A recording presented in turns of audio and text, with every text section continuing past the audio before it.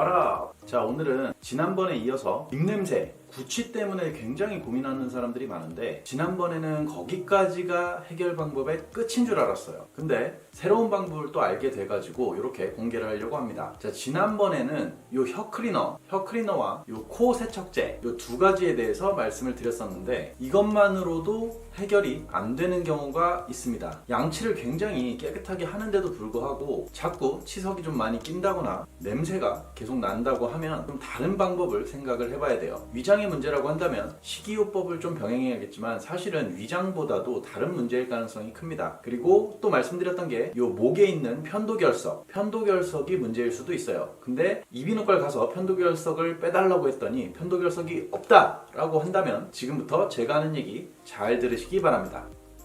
일단 첫 번째, 이빨이 안에서부터 썩어 있을 수 있어요. 무슨 얘기냐면 이빨이 이렇게 있으면 이 이빨 안에서 썩으면서 이 썩은 내가 이빨을 뚫고 나와서 구취가 진동할 수 있어요. 무슨 얘기냐? 이해가 안 가실 수 있는데요. 그냥 멀쩡한 이빨은 이 내부가 썩을 확률이 극히 드물죠. 근데 만약에 10년 전, 15년 전에 이빨을 한번 떼운 적이 있다, 여기에 보철을 한 적이 있다, 금리빨을 씌우든 흰색을 씌우든 뭔가를 씌웠으면 그 당시에 치료가 완벽하게 되지 않아서 기술이 그 당시에는 지금처럼 뛰어나지 않았기 때문에 완벽하게 치료가 안 됐었으면 이 이빨, 신경치료를 했던 이빨 내부에서부터 조금씩 썩어서 염증이 생겼을 수 있습니다. 그 염증이 고이고 고이면서 썩어서 썩은 고인물처럼 이빨을 씌워놓은 보철 사이사이로 냄새가 스멀스멀 나면서 이빨에서 굉장히 냄새가 날 수 있어요. 자, 두 번째, 바로 치실과 치간 칫솔을 꼭 사용해 보세요. 치실은 비교적 손쉽게 많이 사용을 하시고 많이 아실 거예요. 뭐 이렇게 된 치실도 있고 그냥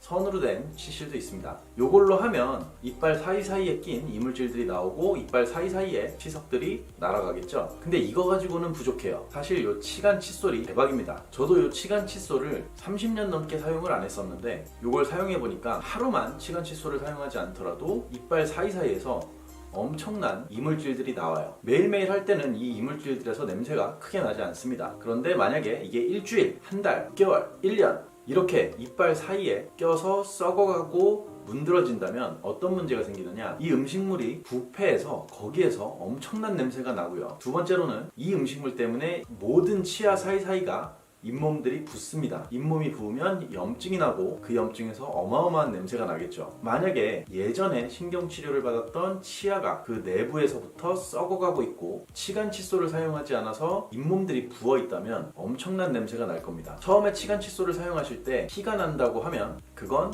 잇몸이 엄청 부어있다는 뜻이에요. 한 3일만 꾸준히 사용하셔도 피가 절대 나지 않습니다. 자, 그래서 종합해서 말씀을 드리자면 편도결석 확인하시고요. 복부, 장에서 나는 냄새인지 확인하시고요. 두 가지는 쉽게 아니라는 걸 알 수 있어요. 그리고 코 세척제, 혀클리너, 치실, 그리고 정말 핵심 포인트로 치간 칫솔 무조건 사용하세요. 치간 칫솔 사용법에 대해서는 찾아보면 여러 군데 많이 나오니까 어렵지 않습니다. 처음에 접근이 좀 어렵다고 생각이 들 수 있지만 별로 어렵지 않아요. 이렇게